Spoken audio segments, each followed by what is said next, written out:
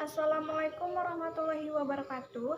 Perkenalkan, nama saya Yusna Herlita, berasal dari PGMI 5A. Di sini saya akan membuat video tentang tugas mandiri, yaitu mata kuliah Tamadun Melayu, dosen pengampu MSidik SPDI MM, di mana judul makalah pribadi saya yaitu Sejarah Perkembangan Bahasa Melayu dalam Upaya Menjadi Bahasa Nasional Indonesia. Selamat menyaksikan.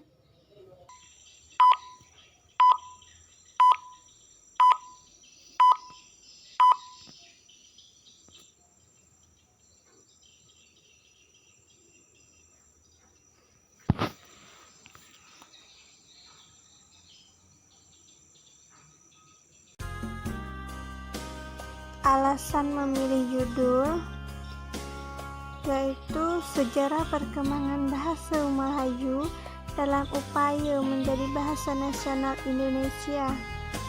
Alasannya adalah kita ketahui bahasa Indonesia adalah bahasa resmi bangsa Indonesia.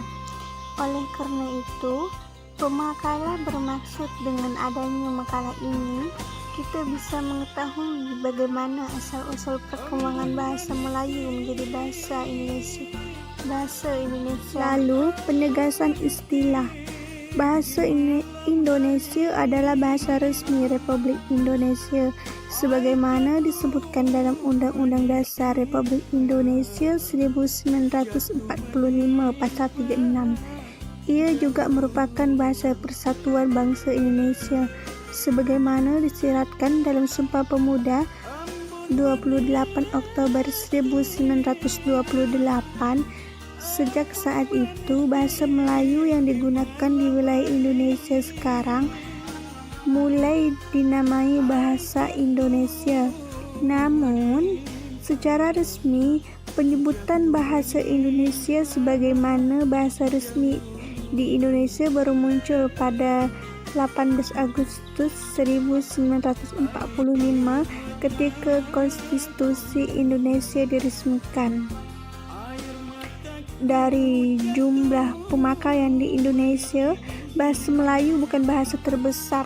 Bahasa Jawalah yang merupakan bahasa terbesar dari segi pemakaian pada saat itu. Namun, bahasa Melayu dipilih sebagai bahasa Indonesia karena bahasa ini sudah menjadi lingua franca atau bahasa pengantar di wilayah Indonesia dan Asia Tenggara sejak ribuan tahun lalu.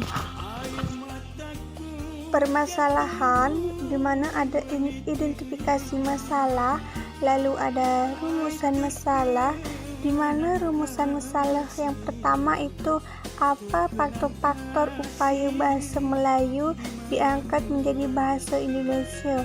Lalu yang kedua, bagaimana organisasi yang mempengaruhi perkembangan bahasa Indonesia.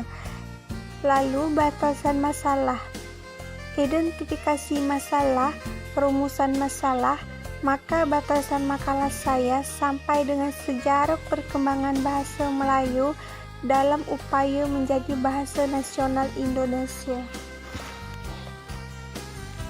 Baiklah, dimulai saja, di mana pembahasan yang pertama itu ada sejarah bahasa Melayu, di mana sejarah bahasa Melayu menurut Tengku Lukman Sinar mendeskripsikan bahwa seseorang dianggap sebagai Melayu apabila telah memenuhi syarat sebagai orang Islam, berbicara bahasa Melayu, mempergunakan adat istiadat, dan memenuhi syarat menetap di tempat tertentu.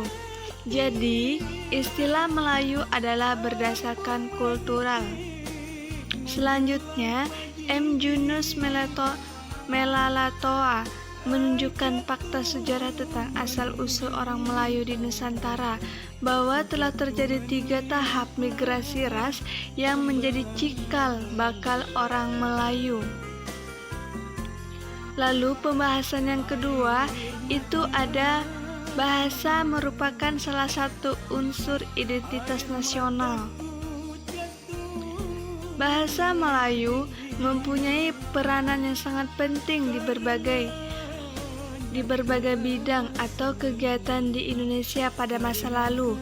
Bahasa ini tidak hanya sekedar sebagai alat komunikasi di bidang ekonomi atau perdagangan, tetapi juga di bidang visual atau alat komunikasi massa, politik atau perjanjian antar kerajaan. Sejak itulah, penguasaan dan pemakaian bahasa Melayu menyebar ke seluruh pelosok kepulauan Indonesia. Perkembangan bahasa Melayu tersebut dinamakan perkembangan konseptual yang memiliki 3 bentuk. Pertama, itu adalah perkembangan bahasa Melayu dipengaruhi oleh interaksi antar daerah. Kedua, perkembangan bahasa daerah yang lain. Lalu yang ketiga, itu ada perkembangan bahasa yang diakibatkan oleh pertemuan bahasa Melayu dalam konteks yang lebih luas. Bahasa Melayu termasuk ke dalam bahasa Melayu Polinesia di bawah rumpun bahasa Austronesia. Menurut statistik penggunaan bahasa di dunia, penutur bahasa Melayu diperkirakan mencapai lebih kurang 250 juta jiwa, yang merupakan bahasa keempat dalam urutan jumlah penutur terpenting yang bagi bahasa di dunia. Ahli bahasa membagi perkembangan bahasa Melayu ke dalam 3 tahap, yaitu bahasa Melayu kuno abad ke-7 sampai abad ke-14, itu yang pertama. Yang kedua itu ada bahasa Melayu klasik. Lalu yang terakhir itu ada bahasa Melayu modern pada abad ke-20. Lalu, pembahasan selanjutnya ada sejarah perkembangan bahasa Indonesia, di mana sejarah perkembangan bahasa Indonesia itu ada 3.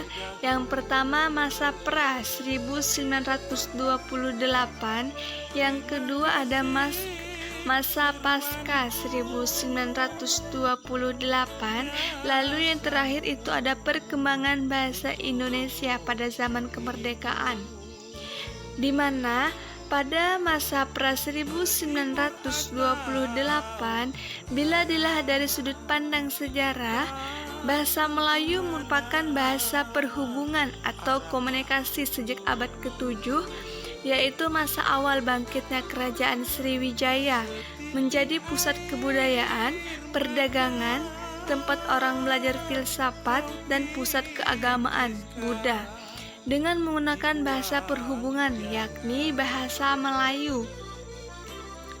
Lalu, yang kedua itu ada masa pasca 1928. Cetusan Ikrar Sumpah Pemuda menunjukkan bahwa bahasa Melayu sudah berubah menjadi bahasa Indonesia. Pada masa itu, terjadinya krisis terhadap keberadaban bahasa Indonesia. Kaum penjajah Belanda berusaha mengganggu keberadaan bahasa Indonesia, sehingga jumlah pakar bahasa Indonesia sepakat untuk mengadakan Kongres 1 Bahasa Indonesia yang dilaksanakan di Surakarta atau Solo pada tanggal 25 sampai 28 Juni 1938. Lalu, perkembangan bahasa Indonesia pada zaman kemerdekaan, di mana peristiwa-peristiwa penting yang berkaitan dengan perkembangan bahasa Indonesia pada zaman kemerdekaan sampai sebelum masa reformasi, salah satunya antara lain, yang pertama ada Kongres Bahasa Indonesia II di Medan pada tanggal 28 Oktober sampai 2 November 1954. Lalu yang kedua itu pada tanggal 16 Agustus 1972, Presiden Republik Indonesia Haji Muhammad Soeharto meresmikan penggunaan ejaan bahasa Indonesia yang disempurnakan EYD. Lalu berikutnya pada tanggal 13 Agustus 1972, Menteri Pendidikan dan Kebudayaan menetapkan Pedoman Umum Ejaan Bahasa Indonesia, dan ada beberapa yang lainnya lagi. Lalu pembahasan berikutnya itu ada faktor-faktor bahasa Melayu diangkat menjadi bahasa Indonesia, di mana faktor-faktor bahasa Melayu diangkat menjadi bahasa Indonesia. Yang pertama itu ada bahasa Melayu sudah merupakan lenyap rangka di Indonesia, bahasa perhubungan dan bahasa perdagangan.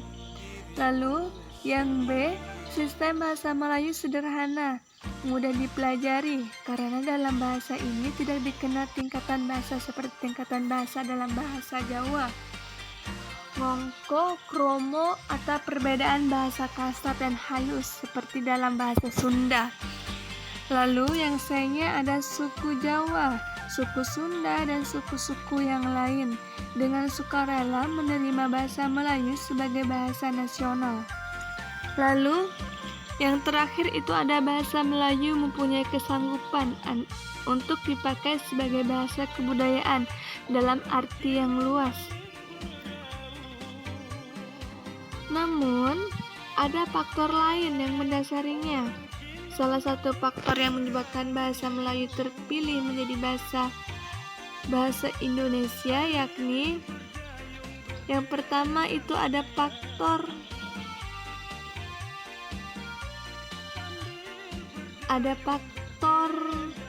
intralinguistik, di mana faktor intralinguistik adalah faktor yang ada di dalam bahasa itu sendiri. Dalam hal ini bahasa Melayu, kelebihan bahasa Melayu dibandingkan dengan bahasa lain, misalnya bahasa Jawa, bahasa Sunda, bahasa Madura, dan bahasa Bali ditinjau dari faktor intralinguistik tampak dalam tingkatan bahasa. Lalu yang kedua itu ada faktor ekstralinguistik, di mana faktor ekstralinguistik ini faktor yang berada di luar bahasa Melayu. Faktor di luar bahasa Melayu ini meliputi latar belakang sosial budaya. Kelebihan bahasa Melayu dibandingkan dengan bahasa daerah lain dilihat dari faktor ekstralinguistik tampak dalam dua hal. Pertama, bahasa Melayu telah tersebar luas di wilayah Nusantara. Hal ini disebabkan oleh penuturnya yang cenderung berwatak perantau. Lalu, yang kedua, pada zaman Kerajaan Sriwijaya, bahasa Melayu telah diangkat sebagai bahasa kebudayaan dan bahasa ilmu pengetahuan, terutama pada Sekolah Tinggi Pusat Agama Buddha. Lalu, pembahasan yang terakhir itu ada organisasi yang mempengaruhi perkembangan bahasa Indonesia, di mana organisasi yang mempengaruhi perkembangan bahasa Indonesia yang pertama itu ada Budi Utomo, lalu ada Sarekat Islam, lalu yang ketiga ada Balai Pustaka, terus yang terakhir ada Sumpah Pemuda. Sekian pembacaan hasil makalah pribadi saya.